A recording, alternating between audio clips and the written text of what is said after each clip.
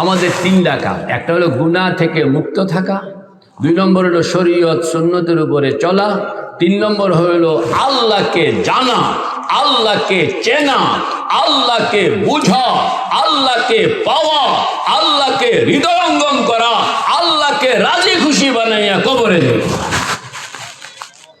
এই তিনটা কাম হইল আমাদের টার্গেট। প্রথমটা জানি কি কইছিলাম?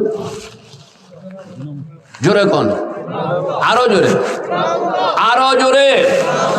কতক্ষণ টাইম? কে কে তৈয়ার? নারায়ে তাকবীর। কবে থেকে? ইনশাআল্লাহ। জীবনে একবার কথা বল না, বল জীবনে একবার হইলো করবো। জীবনে একবার হইলো কি? আল্লাহু আকবার। মেরে ভাই ও দোস্ত বুজুর্গ, গুনাহ হইল সাপ। কন্যা গুনাহ হইল কাল সাপ। গুনাহ হইল কি? জোরে কন, কাল সাপ। কাল সাপ, কাল সাপ। ছোট কাল সাপ কামড় দিলে যেরকম মানুষ মারা যায়, বুড়াটায় কামড় দিলে ওইরকম মানুষ মারা যায়। ছোটটা হইল সগীরা গুনাহ, বুড়াটা হইল কবিরা গুনাহ। কথা কথা, ছোটটা হইল কি? ছোট কাল সাপে কামড় দিলে মানুষ মারা যায় না?